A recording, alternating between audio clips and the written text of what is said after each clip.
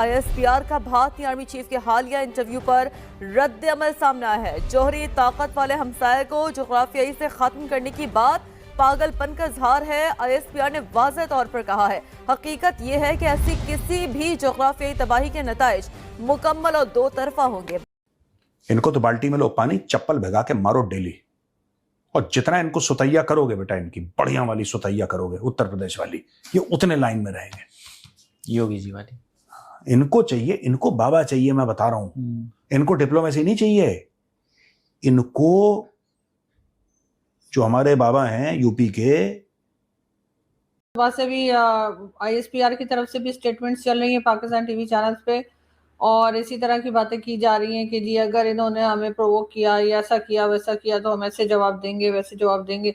तो उनका यही कहना था कि वो किसी जगह पे बात कर रहे थे आर्मी चीफ, और उनसे ये सवाल किया गया था। तो जाहिर है अगर कोई सवाल ये करेगा कि जी अगर फिर कोई टेरर अटैक हुआ और अगर पाकिस्तान का नाम आया तो क्या जवाब दिया जाएगा, तो उस पर उन्होंने ये बात की थी। उन्होंने हरगिज अभी ये नहीं कहा है कि वो पाकिस्तान पे किसी किस्म का अटैक कर रहे हैं। और फिर हमें तो जैसे मौके की तलाश में होते हैं पाकिस्तान में, तो कि कोई ऐसी बात हो जाए, और उसके साथ ही ISPR की तरफ से भी बल निकाल दिए थे अल्हम्दुलिल्लाह।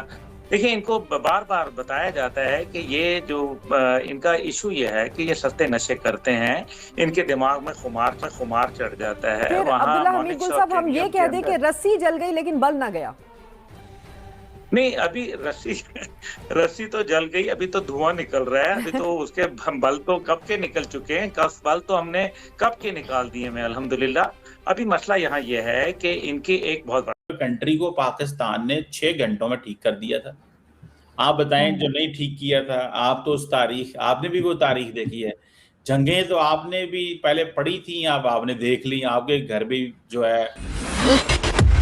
तो दोस्तों, जब से हमारे आर्मी चीफ की तरफ से पाकिस्तान को चेतावनी दी गई है कि यदि पाकिस्तान फिर से आतंकवादियों के लिए सेफ प्लेस बनता है और भारत के अंदर उनसे हमला करवाता है, तो पाकिस्तान को अब की बार इतिहास और भूगोल दोनों से मिटा दिया जाएगा। यह बात जैसे ही कही है तो पाकिस्तानी बिलबिलाने लगे हैं। उनका DG ISPR भी भारत को धमकी दे रहा है, कठपगला डिफेंस मिनिस्टर भी पगले आ चुका है, और वो पेट्रोल प्राइस और भारत कंट्री को पाकिस्तान ने 6 घंटों में ठीक कर दिया था।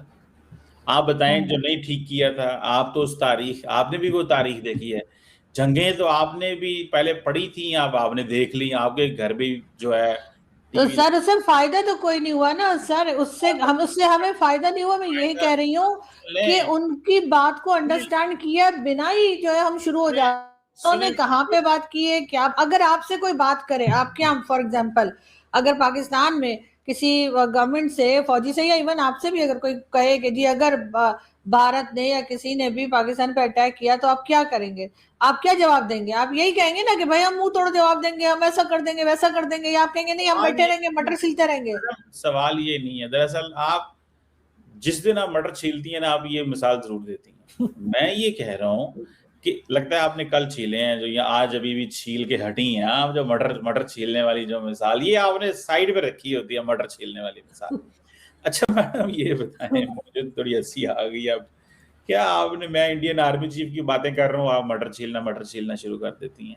मैडम ये बताएं कि इंडियन आर्मी चीफ को किसने ये कहा है कि ये कहे जोग्राफी का हिस्सा बनना है, कि तुमने हिस्ट्री का हिस्सा बनना है? भाई होते कौन है आप पाकिस्तान के बारे में बात करने वाले? पहली बात। और दूसरी बात, पाकिस्तान ने भी जवाब दे दिया कि भाई हाँ अगर ऐसी बात है। और दूसरी बात है मैडम, आपको नहीं लगता कंफ्यूज है?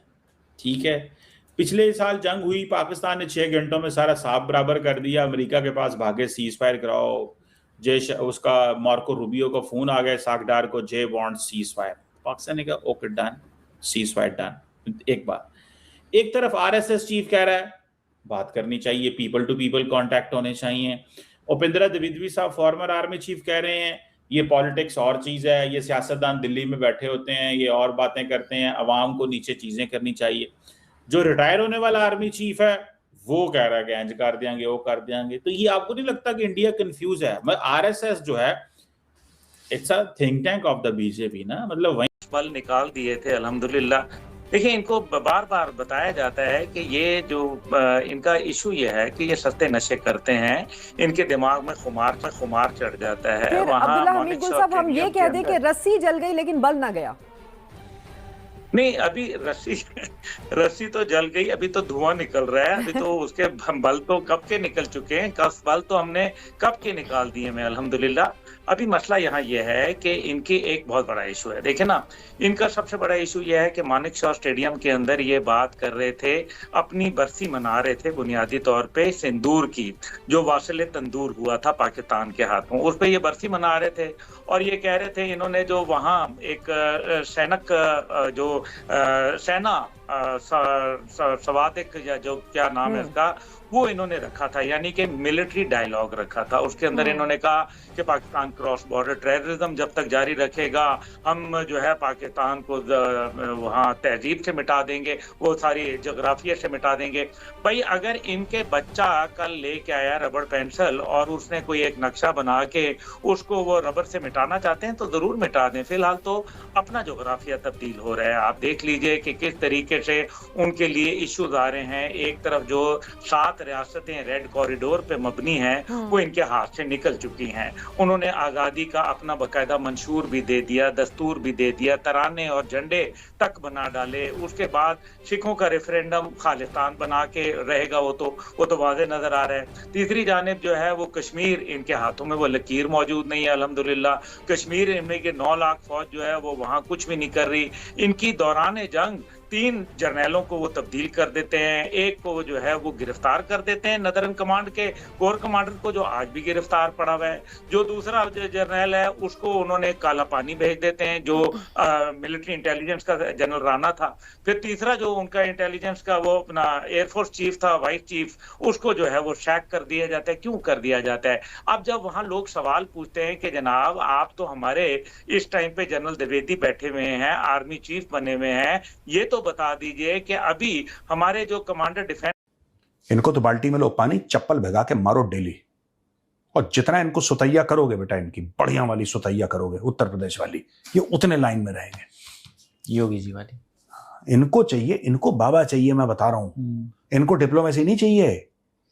इनको जो हमारे बाबा हैं यूपी के, योगी आदित्यनाथ जी माननीय मुख्यमंत्री, पाकिस्तानियों को बाबा की बूटी चाहिए। इनको ये बाबा की बूटी से ही फिट रहते हैं। इनका और कोई इलाज नहीं है, मैं बता रहा हूं आपको। ये सिविल सोसाइटी बात करेगी और ट्रैक 2 होगा, ये सब फ्रॉड है, कुछ नहीं होगा। अगर ऐसा सर होता भी है तो वो टाइम बाय करेंगे, फिर कोई ना कोई टेररिस्ट अटैक करेंगे। उनकी फितरत में देखो, मैं बता रहा हूं ना कि पाकिस्तानीज, अगर आप उनको दबा के रखोगे, उनको आप दबा के रखोगे पाकिस्तानियों को, और पूरा प्रेशर डालोगे दबाने में, उनसे बेहतर लोग नहीं है। भाई बूट वाली बात जो आप हमेशा कहते हैं, उनके अगर सर पे बूट रखोगे तो वो तो दोस्तों, पाकिस्तान का फील्ड मार्शल जब से ऑपरेशन सिंदूर हुआ है, ये खुद को पाकिस्तान का भगवान समझने लगा है। और कुछ उसके चाटुकार पाकिस्तानी भी हैं जो कि भारत को ऐसी धमकी देते हैं कि भारत कह रहा है कि पाकिस्तान को इतिहास और भूगोल से मिटा देंगे। हमारे फील्ड मार्शल को देखा है कितना ताकतवर है वो। मतलब कि जब पाकिस्तान के टेरर कैंपों पर मिसाइलें बरसी थी तो क्या फील्ड मार्शल छाती चौड़ी करके आगे खड़ा था? वो तो बंकर में जाकर छिप गया था और सारे 9 एयरबेस उड़ गए थे। जो 11 एयरबेस उड़े थे वो 9 टेरर कैंपों को हमने उड़ाया था। उस समय मार्शल कहां पर चला गया था, ये पाकिस्तानियों को पूछना चाहिए। ऊपर से आर्मी चीफ था, इसने कुछ किया विया है नहीं, ना ये डिफेंस सिस्टम ढंग से काम किया, ना कुछ किया, और ऊपर से इसको आर्मी चीफ से फील्ड मार्शल और बना दिया गया। अब हमें तो इससे कोई दिक्कत नहीं है, पाकिस्तानी ही इससे सवाल पूछ सकते हैं कि फील्ड मार्शल बनने के बाद पाकिस्तान को क्या मिला है। जो कुछ भी मिला है सारा आर्मी की जेब में चला जा रहा है। IMF से जो लोन मिला है $7.2 बिलियन का, वो आर्मी ने खा लिया है और बचा खुचा नेता खा गए हैं। और पाकिस्तानी जनता को क्या मिला है? इसकी किस्तें, और इसकी किस्तें पाकिस्तान की जनता मर मर के चुकाएगी और वो चुका भी रही है। आप देख सकते हो कि एशिया के अंदर सबसे महंगा डीजल पेट्रोल यदि किसी देश में है तो वो पाकिस्तान है, और ये भारत को मुकाबला करने की धमकी देते हैं। ये तो ये बोल रहा था इनका फील्ड मार्शल कि यदि हम मिटेंगे तो साथ में आधी दुनिया को लेकर चले जाएंगे। मतलब आधी दुनिया ने तुम्हारा क्या बिगाड़ा है, साथ में यदि तुमको जाना है तो तुम अकेले चले जाओ, आधी दुनिया के लोगों ने तुम्हारा क्या ले लिया है। ऐसी